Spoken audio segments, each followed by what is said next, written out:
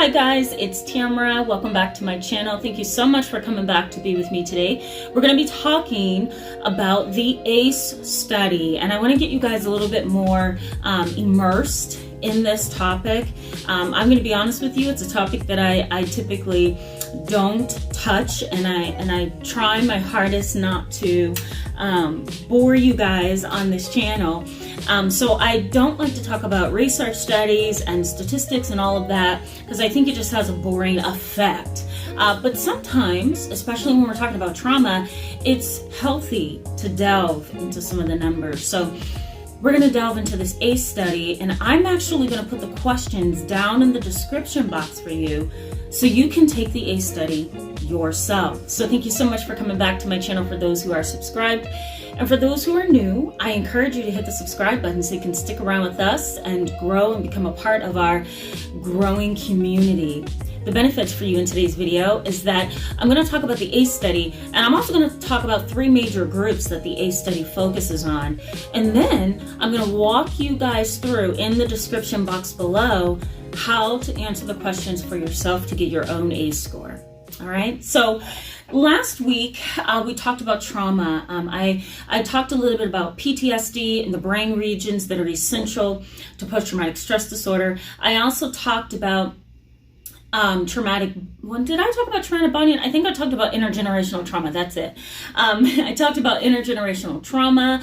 I also tried to give some knowledge and insight about the specific symptoms of post-traumatic stress disorder. So in this video, we're going to be talking about the ACE study. The ACE study is the Adverse Childhood Experience Study. Okay, it's the ACE study. It's a scale, and it asks a series of questions about one's development over childhood or one's experiences within their family and their social environments.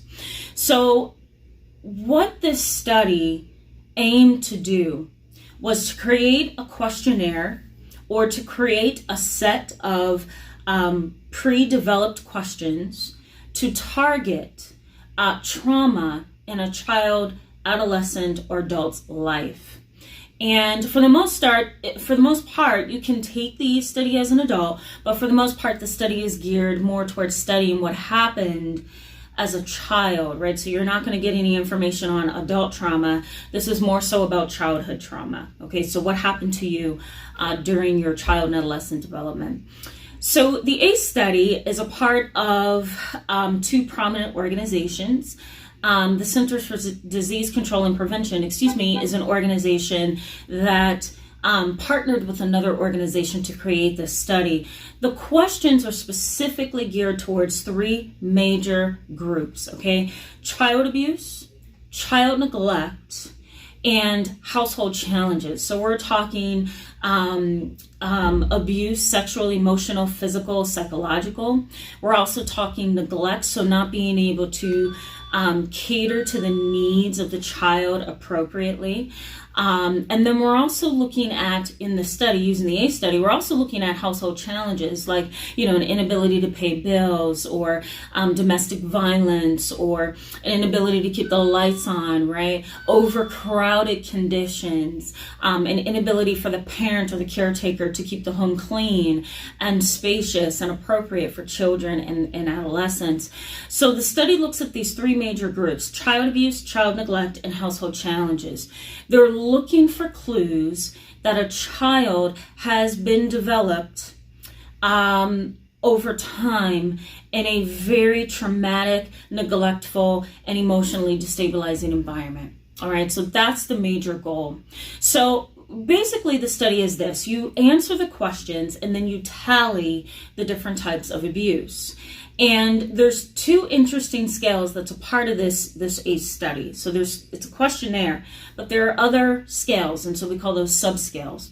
So the first scale is the Family Health Questionnaire, and it's a scale for both male and female. It really is targeting physical health, medical health, that kind of stuff, right? Family psychological health, right? Does anybody in your family have bipolar disorder, schizophrenia, diabetes, cancer, that kind of thing? And the second scale is the health appraisal. And what it's doing is it's looking at the long-term impact and the overall impact of health conditions on that family or on that child or adolescent or that adult who's taking the ACE study. Okay, so we have those two subscales, which are basically focusing on family health and a health appraisal, right? Give me your health information, and then let me give you the outcome or the consequences or the results of that family health questionnaire. All right, and both are male and female versions. There's also different versions, I believe. I think there's a Spanish version. I'm not sure if there's a French version of the scale, but the scale is useful across cultures and across ages and domains. So the whole idea of the scale is to study and figure out the long-term impact of childhood trauma on an individual. And there's a couple categories that this study has focused on. One is traumatic brain injury, right? If you have so many traumatic brain injuries in your childhood, you're most likely to develop some kind of medical, psychological, or emotional challenge. You become more vulnerable. Remember those risk factors I talked about in this video up here? Okay, we're looking for vulnerabilities and weaknesses. And if you have multiple occurrences of brain injuries, concussions, research suggests that you're more likely to suffer from mental health conditions like depression, anxiety. You're also more likely to have medical conditions such as migraine headaches, maybe even epilepsy or convulsions.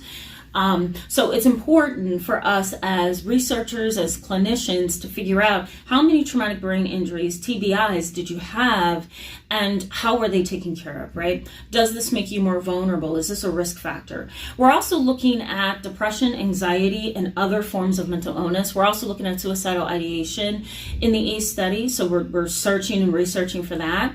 Also, unintended pregnancies can occur. They can also occur amongst adults who have grown up in very depressing and traumatic households, right? So we have, for example, an adolescent who's depressed and anxious, suicidal.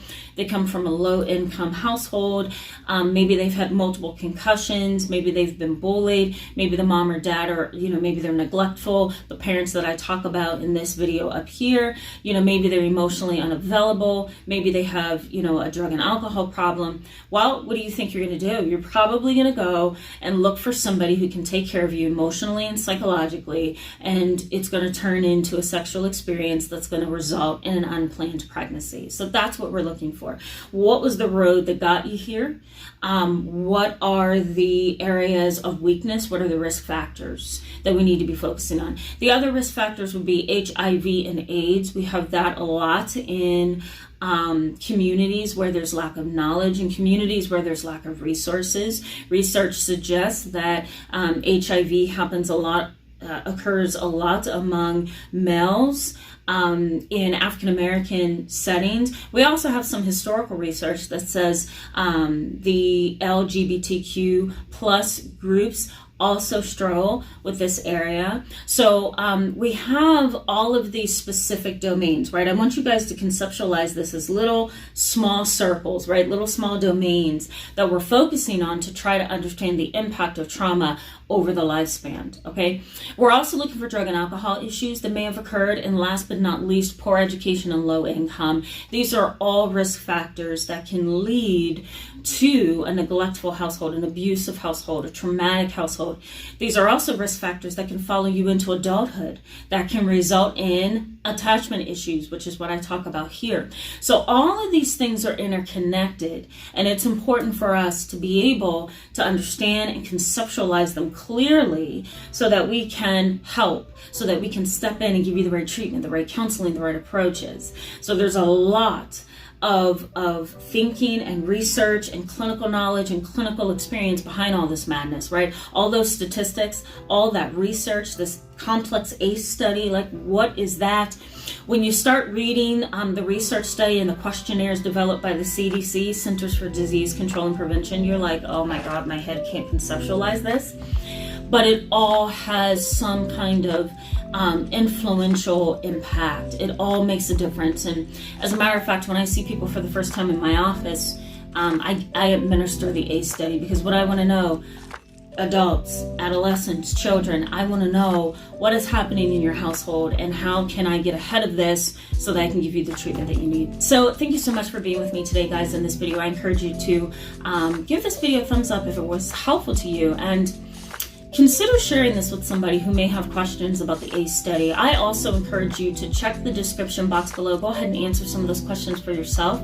Tally your scores. I'm going to leave all that information in the description box for you so that you can see what your ACE score is. You might be surprised at what you find. So thank you so much for watching today. I'm going to see you on Wednesday. Bye-bye.